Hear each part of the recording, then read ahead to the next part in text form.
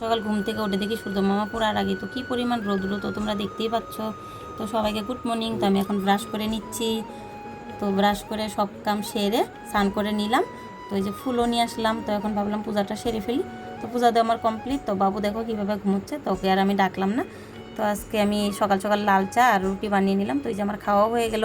তো আজকে তো রবিবার, তো ভাবলাম তাড়াতাড়ি রান্নাটা সেরে ফেলি। তো মাছ দিয়ে কচু দিয়ে বানাবো আজকে। তো আমার মতো কে কে কচু খেতে ভালোবাসো অবশ্যই জানিও। তো এই যে এখন মাছটাও বসিয়ে দিলাম। তো এত পরিমাণ বাসন জমে গেছে, তো ওগুলি আমি ধুয়ে নিলাম। তো এই যে রান্নাবাড়া কমপ্লিট। তো কী কী রান্নাবাড়া হলো তো তোমাদের সাথে সবটাই শেয়ার করলাম। তো ভালো লাগলে বলো।